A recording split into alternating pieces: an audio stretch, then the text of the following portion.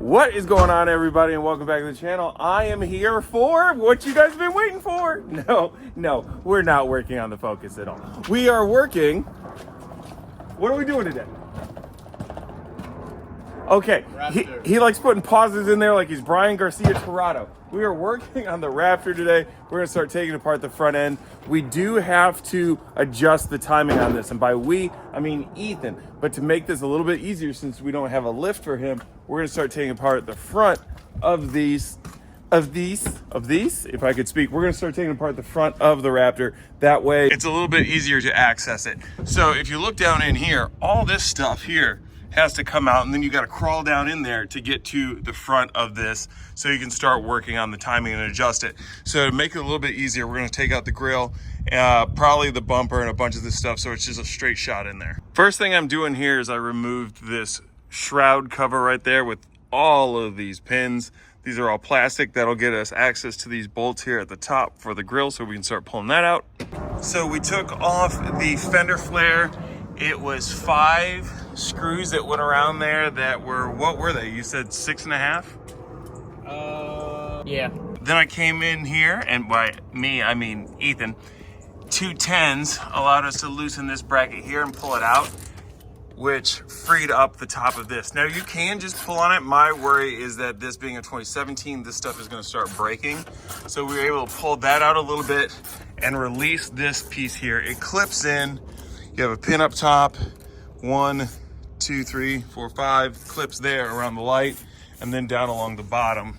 And this here comes out. Update, as you can see, we got the headlights out. This was 2 10s up top. Then there was a 10 past the headlight that you had to get right here. Unplugged it from the back through the wheel well. Well, actually I crawled up underneath, put my hand up in through there, was able to disconnect it.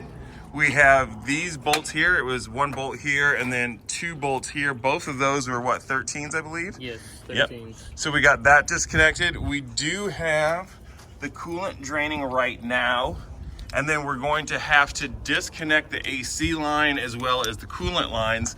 But if we grab onto this right now, this whole thing moves. So when we're done disconnecting that stuff, this whole piece here is gonna lift out, giving us access to the front of the engine. We got the AC lines off, we have the coolant lines off, but there is 1 line still to this condenser that we need to get off, and the clip is right back here. So whereas we thought we could take this whole thing off as 1 unit, we are gonna have to take the grill off. It was 4 bolts along here, and then 2 on the side, and then we had to take just 3 of these clips here off to be able to remove the whole grill. All right, bam. There we go, Raptor grill off. Be careful, that thing probably costs like $5,000. So now that's free. We should be able to get to that line right there, disconnect it, and this thing should, in essence, hopefully come off in 1 piece. All right, so far, to get this front end off, it looks like you remove the headlights, then the 3 bolts that hold on the core support. There's a couple of lines for the AC. This one here is for the transmission cooler, so the grill did have to come off, as you guys just saw. And then this unit here should come off as 1 piece.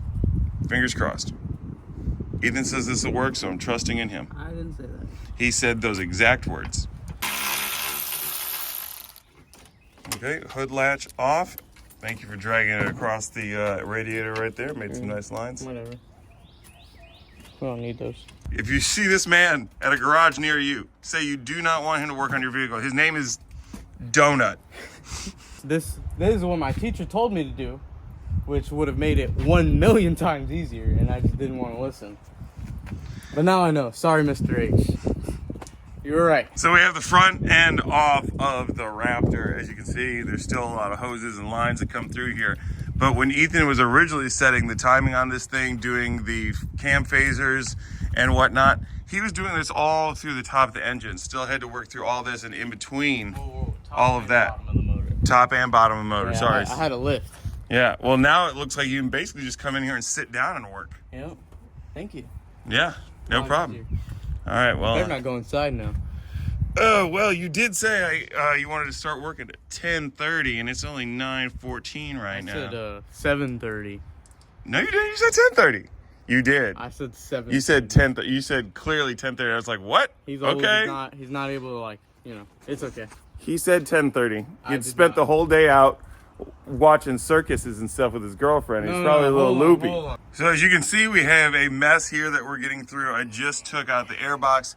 Ethan is struggling to get this coil back out. Ooh, are you okay? Yeah, that hurt. Is there any oil or anything on it? Like, why was that so tough? No, maybe I was just weak. I don't know.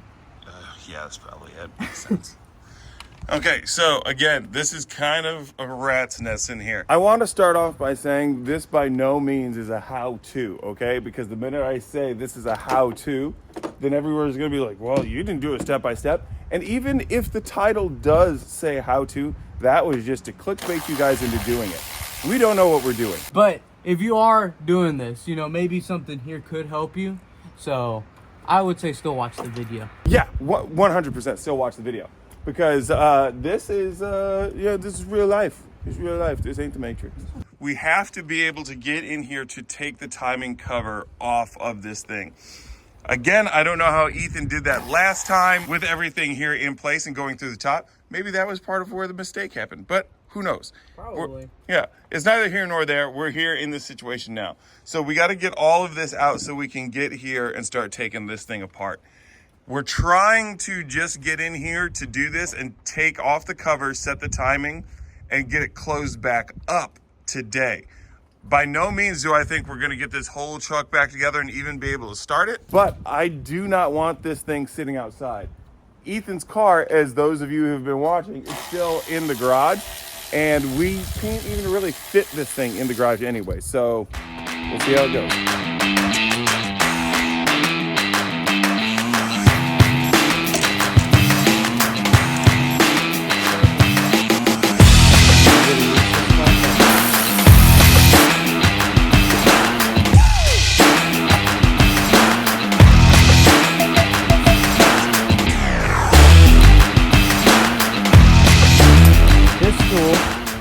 You can use a 3-jaw puller, but it's hard to get in there. A lot of 3-jaw pullers won't work on this because they're too long, or the jaws will slip on this because this thing is angled when it sits in there. So when I first took this thing apart,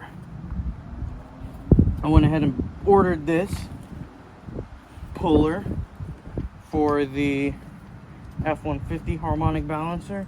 And it's a little rusted right now. That's why I'm struggling taking it out. There we go. Okay. So this has the 3 little arms, which go on here. So the way that it goes in is it's here. And then once you get past those, you literally turn it. And then now you have it locked in. It won't back out. So this sensor at the bottom, you want to be careful with this thing, which is loose. I don't think it's supposed to be like that. So that could be bad. We'll figure it out. But I should probably stop playing with this, right? Yeah, you probably should. So yeah, it's got a boot that goes around that, and you don't want to like yank on that too much. What is that sensor for? I don't know. Well, there we go. We got some timing marks down there. Up here, this is the side that's giving us trouble, but we are able to now check everything just in case. So cool. Right now, Ethan is looking up the procedure there on the computer, because initially he was thinking is the cam is flipped 180. But then the problem comes with the fact that the phasers are keyed and can only go on one way. So now we're just trying to figure out exactly what the problem is.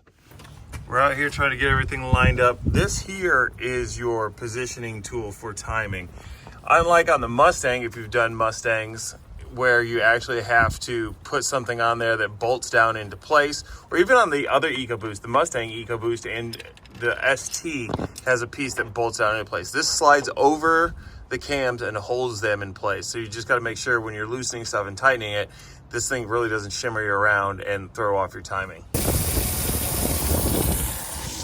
So what I'm doing right now is I'm filling up that mop bucket and just kind of splashing it down here on the ground underneath the truck. Because working on it, of course, fluids have dripped out. There's been some antifreeze in there, the power steering fluid, transmission fluid, all that. So I want to make sure that none of that stays sitting here in the driveway. We had a dog once that got into it that was sitting there on the floor in the garage. and ended up leading to that dog dying. So I want to make sure that that doesn't happen again to our dog or anybody else's dogs in the neighborhood.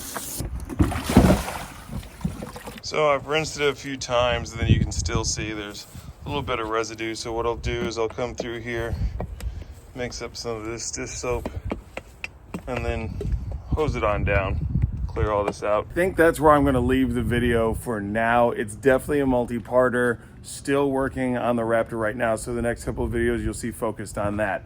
Again, I know people have been asking about the ST. I know some people joined the channel about the ST, but at the end of the day, the ST isn't really my car to finish building. It's Ethan's. Yes, I helped pay for part of it, but at the end of the day, this is Ethan's project. So we gotta let him take care of it on his time. I know I wanna get it done as much as you do, because this is where my car sits. And of course, Namdi, one of my oldest friends, has been asking for the minute you get done. We'll get to that as well. There's a lot of projects around here that need to get done, and not a lot of money to knock it all out. I'm not an LZ or a TJ Hunt, but we will get there eventually, and we'll be able to get all this taken care of. So make sure to hit that like button, hit that subscribe button, and hit those bell notifications so you don't miss anything else that's coming up here on the channel. Till next one. You know, God did that. All of these blessings fall in my lap. But I get a cross tat on my back.